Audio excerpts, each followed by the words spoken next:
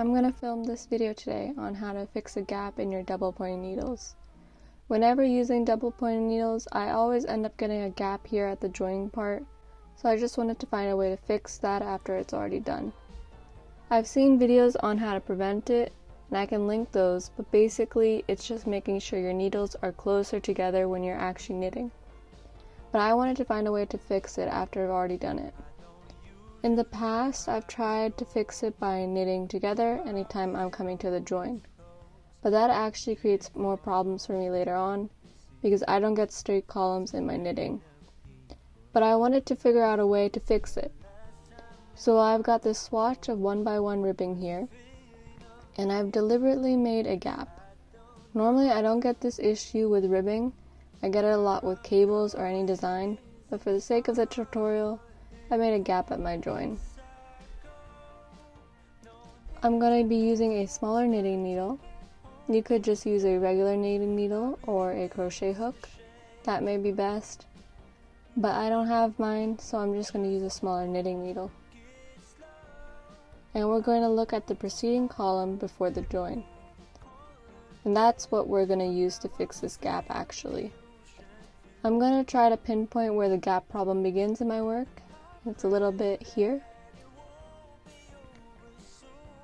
It's really all throughout, but I'm going to pinpoint it here. I'm going to use a little needle to artificially make a loop from the preceding stitch. So now I have a loop on my needle. I picked it up from my previous ladder and I'm going to weave it and work my way up with the loose yarn in between my gap. Basically, I'm creating a new stitch. So again, it would be a lot easier with a crochet hook. I've got a knitting needle, but this will work. I'm going to work up the ladder with this free loop I made. So I've got a live stitch, which is the loop, and the rungs of the ladder with the gap. I'm just going to move the live stitch over and swap it for the rung. So basically I'm knitting as if I had dropped a stitch and working my way back up to the current row on the needle. Turns out that's creating a bigger hole for me actually, but let's try. I'm just knitting all the way up, making sure I get each rung of the ladder. So going under the stitch with my hand, because I don't have a crochet hook again, pulling that first stitch over the second, and the second stitch becomes my new live stitch. And now we're done. But you can see that actually created a bigger hole at the beginning, but it's definitely a lot better for me than where we started. So I'm actually going to unravel this, what we just did, fully, and try again. Let's try one stitch down from where we started. Maybe that'll fix it. Okay, let's try here. Maybe that'll fix the issue. So again, I'm taking my knitting needle and I'm going to pick around here maybe. That's where I'm going to start building up that same column, same new column again. And I've got a live stitch the same way as before from my preceding column. I'm going to work up that row once more, all the way up in the same way. Again, you're just creating a new column laterally. And so maybe that's it now.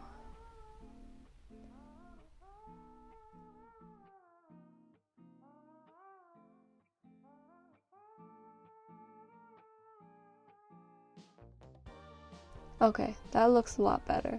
So really what I needed to do was start one row below what I had done before.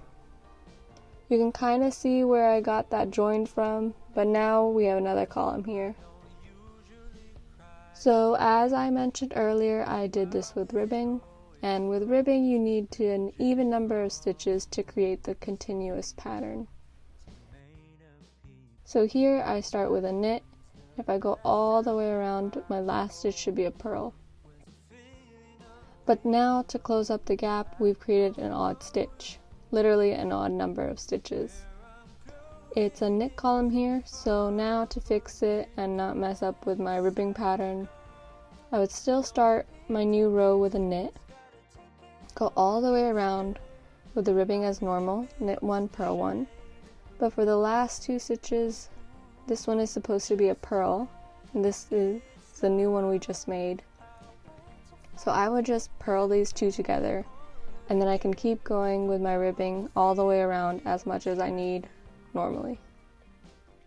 So once this is all done and I keep knitting as normal, this extra column we made is still going to show. It'll be a little blip that came up when it started. It'll be a knit column for a little bit, and then it went back in when we purled the 2 stitches together. It'll still show up, but at least it won't be a big gap like we had before. Keep this in mind if you're doing some complex pattern. Maybe it's possible to adjust this to blend in a bit more with the design. But that's it. I'm gonna keep knitting as normal, and that should be good. No more gap. Thank you for watching.